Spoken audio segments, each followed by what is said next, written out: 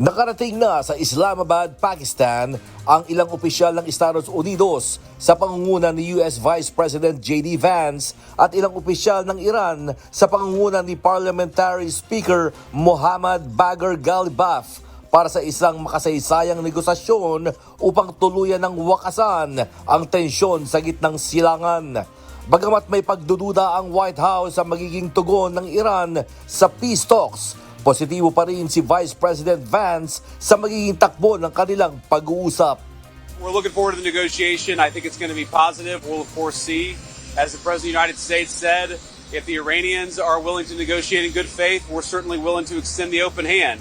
If they're going to try to play us, then they're going to find that the negotiating team is not that receptive. So we're going to try to have a positive negotiation. The President has gave us some pretty clear guidelines, and we're going to see.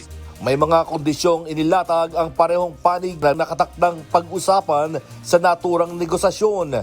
Kasama na rito ang kondisyon ng US na isuko na ng Iran ang lahat ng inventaryo ng kanilang uranium, pag-terminate sa kanilang missile programs, pagputol ng suporta sa regional proxies, pagpapalaya sa mga US citizen detainees at iba pa.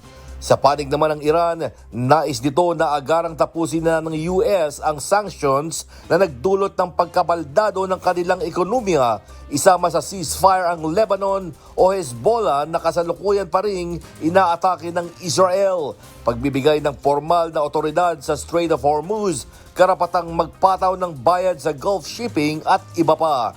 Ayon kay US President Donald Trump, kaunti ang pagkakatulad ng mga kondisyon ng dalawang bansa, kaya malaki ang nakikita nitong agwat na kailangang punan sa negosasyon.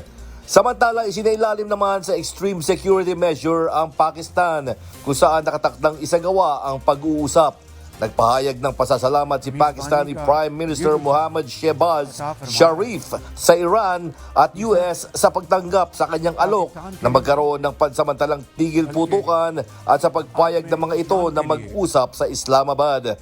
Sinabi ng Pakistan leader bagamat inanunsyo na ang temporary ceasefire, naharap sila sa ngayon sa mas malaking hamon, ang pag-uusap para sa pangmatagalang tigil putukan, kasama na rito ang pagresolba sa matagal ng issue ng dalawang bansa. Para sa ilang analyst, kung hindi magkakasundo ang dalawang panig, maaari itong humantong sa mas matindi pang pagtaas ng tensyon.